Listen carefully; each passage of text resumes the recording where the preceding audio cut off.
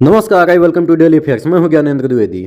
Iran और America के बीच nuclear programme को लेकर टेंशन अपने पीक पर पहुंच चुका है। डोनाल्ड ट्रंप ने ईरान को सख्त चेतावनी दी कि अगर न्यूक्लियर डील पर सहमति नहीं होती तो उसे मिलिट्री एक्शन का सामना करना पड़ेगा। ट्रंप का यह बयान केवल कूटनीतिक चेतावनी नहीं था, बल्कि एक सीधा अल्टीमेटम था कि अमेरिका ईरान को न्यूक्लियर शक्ति नहीं बनने देगा, चाहे इसके लिए उसे युद्ध क्यों न करना पड़े। दूसरी ओर ईरान ने अमेरिका के साथ किसी भी तरह के डायरेक्ट बातचीत से साफ इनकार कर दिया। ईरानी विदेश मंत्री ने बयान दिया कि वे अमेरिका के साथ डायरेक्ट टॉक नहीं करेंगे, क्योंकि अमेरिका पहले भी अपने वादे तोड़ चुका है और उस पर भरोसा नहीं किया जा सकता। हालांकि ईरान ने रसिया, चाइना और यूरोपीय देशों के जरिए अप्रत्यक्ष वार्ता जारी रखने की इच्छा जताई है, जिससे यह साफ हो गया कि ईरान अभी भी डिप्लोमेटिक सलूशन के लिए दरवाजे पूरी तरह बंद नहीं कर रहा है, लेकिन वह अमेरिका के साथ आमने सामने टेबल पर बैठने के लिए तैयार नहीं है। अगर हम थोड़ा अतीत में जाएं और बात करें 2015 की, तो 2015 में ईरान और 6 देशों ने अमेरिका, रसिया, चीन, फ्रांस, जर्मनी और ब्रिटेन के बीच joint comprehensive plan of action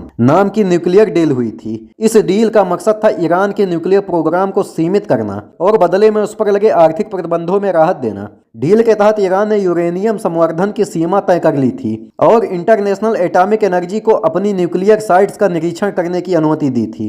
Donald Trump ने अमेरिका को इस डील से बाहर कर लिया। ट्रंप का आरोप था कि ईरान गुप्त रूप से न्यूक्लियर हथियार बनाने में लगा हुआ है और joint comprehensive plan of action उसे रोकने में पूरी तरह नाकाम है। अमेरिका के इस कदम के बाद ईरान पर दोबारा कड़े आर्थिक प्रतिबंध लगा दिए गए, जिससे उसकी अर्थव्यवस्था डगमगाने लगी। हालांकि प्रतिबंधों के बावजूद ईरान ने अपने न्यूक्लियर प्रोग्राम को तेज कर दिया। 2025 में ट्रंप ने एक इंटरव्यू में ईरान को खुलेआम धमकी दी कि अगर वह न्यूक्लियर डील पर वापस नहीं लौटता तो अमेरिका मिलिट्री स्ट्राइक करेगा। ट्रंप ने कहा कि ईरान के पास 2 ही ऑप्शन हैं, या तो वे शांति समझौते के लिए तैयार हो जाएं या फिर बमबारी के लिए। ट्रंप का यह बयान सिर्फ ईरान के लिए नहीं बल्कि पूरे मिडिल ईस्ट के लिए एक बड़ी चेतावनी थी। इससे साफ हो गया कि यूएस अब डिप्लोमेटिक वार्ता के बजाय मिलिट्री एक्शन के लिए तैयार हो रहा है। लेकिन उधर ईरान ने ट्रंप की धमकी का करारा जवाब दिया। ईरानी सरकार ने स्पष्ट कर दिया कि वे अमेरिका के दबाव में झुकने वाले नहीं हैं। ईरान ने अमेरिका के साथ किसी भी प्रकार की डायरेक्ट बातचीत से मना कर दिया। ईरान का कहना है कि अमेरिका पहले भी अपने वादे तोड़ चुका है, इसलिए उस पर भरोसा नहीं किया जा सकता। हालांकि ईरान ने अप्रत्यक्ष वार्ता के लिए रूस, चीन और यूरोपीय मध्यस्थों के जरिए बातचीत जारी रखने का संकेत दिया। इससे यह साफ हो गया कि ईरान अभी भी डिप्लोमेटिक सलूशन के लिए तैयार है, लेकिन वह अमेरिका के साथ सीधे टेबल पर बैठने के लिए राजी नहीं है। इस पूरे विवाद में इजराइल की भूमिका भी अहम हो गई। इजराइल लंबे समय से ईरान के न्यूक्लियर प्रोग्राम को अपने अस्तित्व के लिए खतरा मानता आया है। हाल ही में इजरायली प्रधानमंत्री बेंजामिन नेतन्याहू ने ट्रंप पर दबाव डालते हुए ईरान के खिलाफ सख्त कार्रवाई की मांग की। खुफिया रिपोर्ट्स के मुताबिक इजराइल ने गुप्त रूप से ईरान के न्यूक्लियर स्थलों पर मिलिट्री स्ट्राइक की योजना भी तैयार कर ली है। नेतन्याहू ने ट्रंप से कहा कि अगर यूएस ईरान पर हमला करता है तो इजराइल उसका पूरा समर्थन करेगा। इससे यह साफ हो गया कि इजराइल अमेरिका को इस संघर्ष में गहराई से घसीटना चाहता है।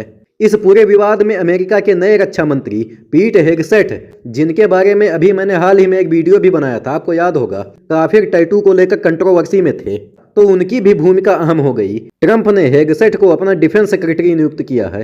हेगसेट, जो एक कट्टर दक्षिणपंथी विचारक माने जाते हैं, पहले भी ईरान पर मिलिट्री स्ट्राइक की मांग कर चुके हैं। उनकी नियुक्ति यह साफ संकेत देती है कि ट्रंप प्रशासन की मिलिट्री पॉलिसी अब और अधिक आक्रामक हो गई है। हेगसेट का मानना है कि ईरान को न्यूक्लियर हथियार बनाने से रोकने के लिए अमेरिका को अब सख्त मिलिट्री एक्शन लेना ही होगा। इस टकराव का असर सिर्फ मिडिल ईस्ट तक सीमित नहीं रहेगा। अगर फ्यूचर में कोई टकराव होता है या कोई हमला होता है तो इसका असर सिर्फ मिडिल ईस्ट तक सीमित नहीं रहेगा, बल्कि इसका ग्लोबल इकोनॉमिक पर भी सीधा प्रभाव पड़ेगा। ईरान दुनिया का एक प्रमुख ऑयल प्रोड्यूसर है। अगर अमेरिका उस पर मिलिट्री एक्शन लेता है तो ऑयल की सप्लाई बाधित हो जाएगी, जिससे इंटरनेशनल मार्केट में ऑयल प्राइजेस आसमान छूने लगेंगे। और इसके अलावा रसिया और चाइना, जो ईरान के करीबी सहयोगी हैं, यूएस के खिलाफ खुलकर खड़े हो सकते हैं। रसिया पहले ही यूक्रेन युद्ध में उलझा हुआ है और अगर वह ईरान को मिलिट्री सहायता देता है तो यह टकराव एक बड़े इंटरनेशनल संघर्ष का रूप ले सकता है। इस पर मेरा व्यक्तिगत मानना है कि यह संकट अब एक नाजुक मोड़ पर पहुंच चुका है, जहां 2 ही संभावनाएं बची हैं, या तो डिप्लोमेटिक बातचीत के जरिए मामला सुलझेगा या फिर मिडिल ईस्ट में एक और युद्ध होगा। अगर बातचीत फेल होती है तो यूएस और इजराइल ईरान के न्यूक्लियर ठिकानों पर हमला कर सकते हैं, जिससे पूरा मिडिल ईस्ट युद्ध की चपेट में आ जाएगा। और दूसरी तरफ अगर यूरोप, रसिया और चाइना की मध्यस्थता कायम होती है तो न्यूक्लियर डील को बचाया जा सकता है।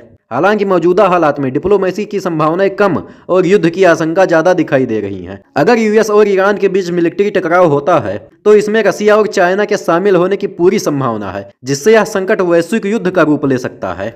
और लास्ट में मैं आपसे एक क्वेश्चन पूछूंगा कि हाल ही में किस देश ने नाटो की विस्तार नीति का विरोध करते हुए कहा कि यदि यूक्रेन को नाटो में शामिल किया गया तो यह एक रेड लाइन होगी और इसके गंभीर परिणाम होंगे। ए पर है अमेरिका, बी रसिया, सी जर्मनी और डी फ्रांस। अगर आपको आंसर पता है तो कमेंट बॉक्स में जरूर दीजिए और वीडियो पसंद आया हो तो लाइक और सब्सक्राइब जरूर करिए। मिलते हैं अगले वीडियो में। जय हिंद।